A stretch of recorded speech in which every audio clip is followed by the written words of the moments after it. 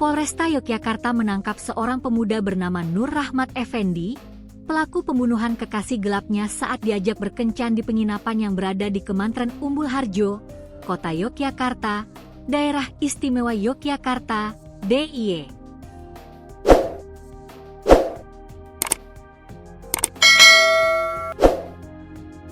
Kapolresta Yogyakarta Kombes Pol Eva Gunapandia menjelaskan kronologis kejadian pembunuhan tersebut bermula saat tersangka, yakni Nur Rahmat Effendi, 27, warga Gedang Sari, Kabupaten Gunung Kidul, DIY, mengajak teman wanitanya yang berinisial AM, 39, berkencan di penginapan di Umbul Harjo kemarin. Awalnya yang bersangkutan check-in dengan saudari AM jam 10 WIB, kata dia, Kamis, 14 Agustus 2025.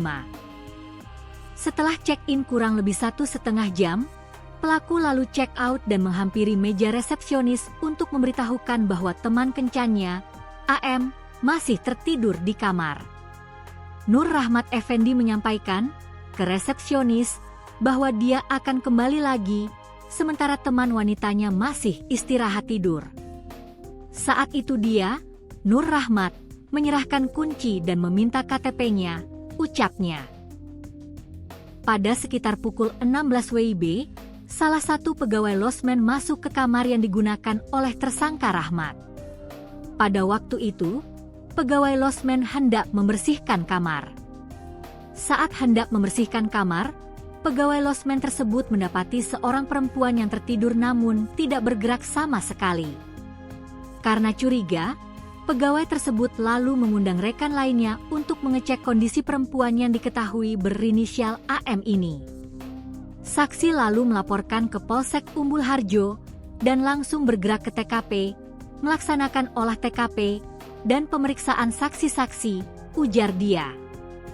Hasil pemeriksaan polisi menunjukkan bahwa Nur Rahmat nekat membunuh kekasih gelapnya karena cemburu. Saat berkencan di losmen, AM beberapa kali menerima video call dari seseorang.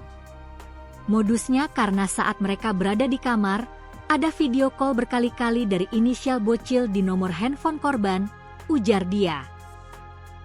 Pada malam harinya, jajaran Polresta Yogyakarta menangkap Nur Rahmat Effendi di Meswarmindo di kawasan Kemantren Umbul Harjo, Kota Yogyakarta. Mereka berhubungan ada asmara, bukan suami istri. Korban memiliki suami, ujarnya.